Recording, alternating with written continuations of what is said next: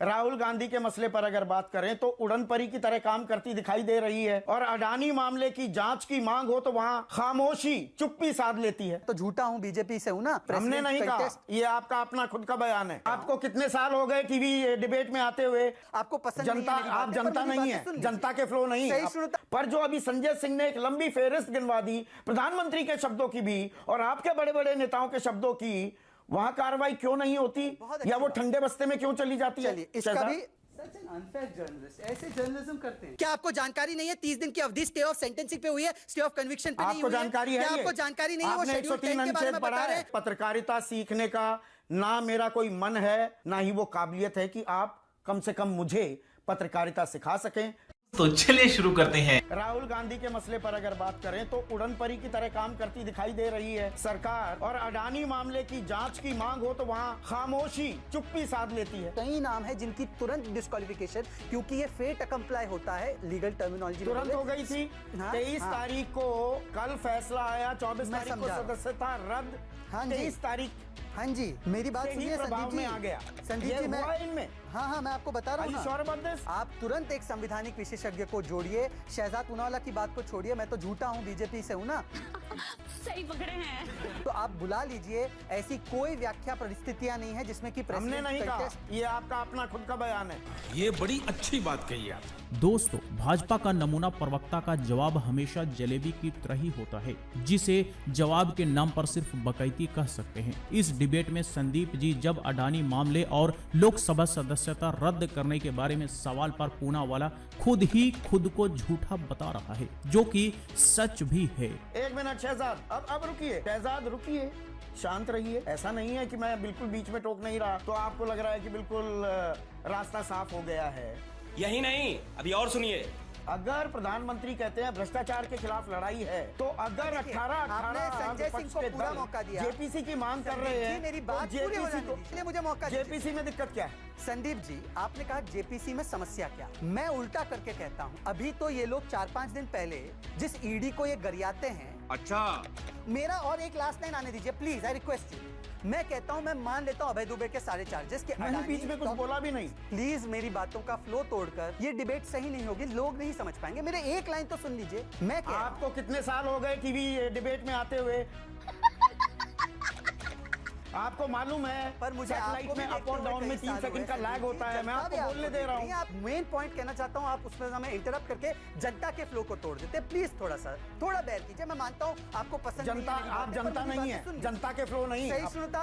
तो विपक्ष के द्वारा जेपीसी की मांग पर संदीप जी सवाल करते हैं तो फिर से पूनावाला इधर उधर की बात करने लग जाता है और उल्टा संदीप जी पर ही चढ़ाई करने की कोशिश करता है। तो संदीप जी तरीके से इसकी फटकार लगा देते हैं। इतना ही नहीं, ये भी कहते हैं कि आपको कितने साल हो गए टीवी डिबेट में आते हुए, आप जानते नहीं, वगैरह वगैरह। मतलब आप मूल सवाल का जवाब नहीं देंगे शहजाद, इधर उधर की आप बातें करते हैं। सवाल ये है कि भ्रष्टाचार की कार्रवाई, अगर भ्रष्टाचार की कार्रवाई विपक्ष के, अरे आप बोलते रहिए, वो मुझे अभी बहुत मोटी है मेरी चमड़ी। विपक्ष के खिलाफ भ्रष्टाचार की कार्रवाई बिल्कुल करिए, पर जहां और हो रही है, ना खाऊंगा ना खाने दूंगा अगर प्रधानमंत्री कहते हैं, तो अगर गंभीर आरोप लगते हैं उसमें सीबीआई, ईडी, डीआरआई खामोश क्यों हो जाते हैं? ये बड़ी अच्छी बात कही आप।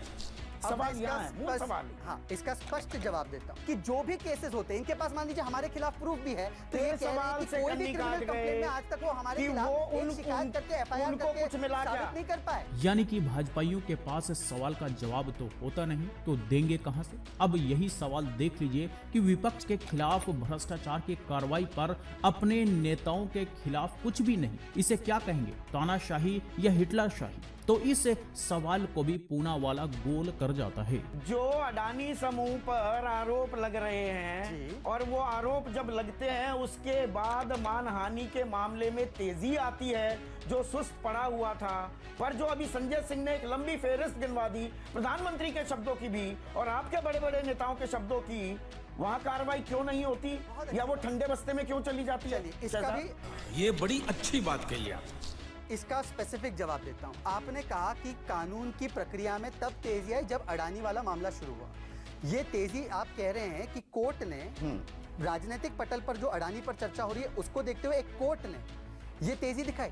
ये कोर्ट पे आरोप है, मुझ पे आरोप नहीं, मेरी पार्टी पे आरोप नहीं है संदीप जी, आप भी जानते हो इस बात। और जब अडानी मामले पर कछुआ चाल कार्रवाई पर संदीप जी सवाल करते हैं तो पूनावाला कोर्ट और फलाना ढिमका बात करके इस सवाल को भी गोल कर जाता है। मतलब कुछ भी बकैती कर लो। शहजाद अगर अपील में जाते हैं राहुल गांधी, फैसला पलट जाता है सीजेएम कोर्ट का, सूरत की कोर्ट का, तब क्या तरीका होगा? ये सवाल पूछ रहे हैं। प्लीज आपने एक लाइन में जवाब चाहूं। एक सेकंड संदीप जी, मैं आपसे न्याय की उम्मीद करता हूं। आप एक बहुत बहुत शुक्रिया, क्योंकि यहाँ पर अब वक्त की कमी हो गई है और आपसे लगातार गुजारिश करने के बावजूद आप अपनी बात को घुमाते रहेंगे, उसको लंबा खींचते रहेंगे।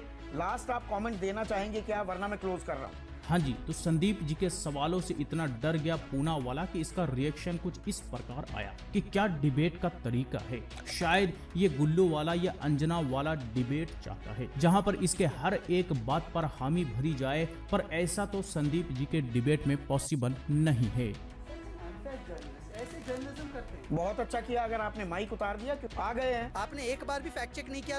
अभय दुबे जो प्रक्रिया बता रहे कि प्रेसिडेंट के पास जाके आप फिर वो कंक्लूडिंग कमेंट, मैं वही कंक्लूडिंग कमेंट ही दे रहा हूँ। ये मेरा कंक्लूडिंग कमेंट है। आपसे सीखने की कोई जरूरत नहीं है। साले का खोपड़ी तोड़। क्या आपको जानकारी नहीं है 30 दिन की अवधि स्टे ऑफ सेंटेंसिंग पे हुई है, स्टे ऑफ कन्विक्शन पे नहीं आपको हुई है? जानकारी है? क्या आपको जानकारी नहीं है? वो आपने शेड्यूल 103 10 के बारे में पढ़ा बता रहे है। हैं और ये बात हो रही है कन्विक्शन और डिस्क्वालिफिकेशन की। क्या आपको जानकारी नहीं है? मुकुल रॉय को इन्होंने स्वागत करके ले लिया, वही मुकुल रॉय जिसको कल तक भ्रष्ट बोल रहे थे। चलिए, बहुत बहुत शुक्रिया। और अंत में संदीप जी के सवालों से डर कर भागने लगता है ये पूनावाला, तो फिर से वापस आता है और फैक्ट चेक के नाम पर लेक्चर देने लग जाता है, जिस पर संदीप जी इसकी जमकर फटकार लगाते हुए कहते हैं कि हमें तुमसे पत्रकारिता सीखने की कोई जरूरत नहीं है। आपसे पत्रकारिता सीखने का ना मेरा कोई मन है और ना ही आपके पास वो तजुर्बा है, ना ही वो काबिलियत है कि आप कम से कम मुझे पत्रकारिता सिखा सकें।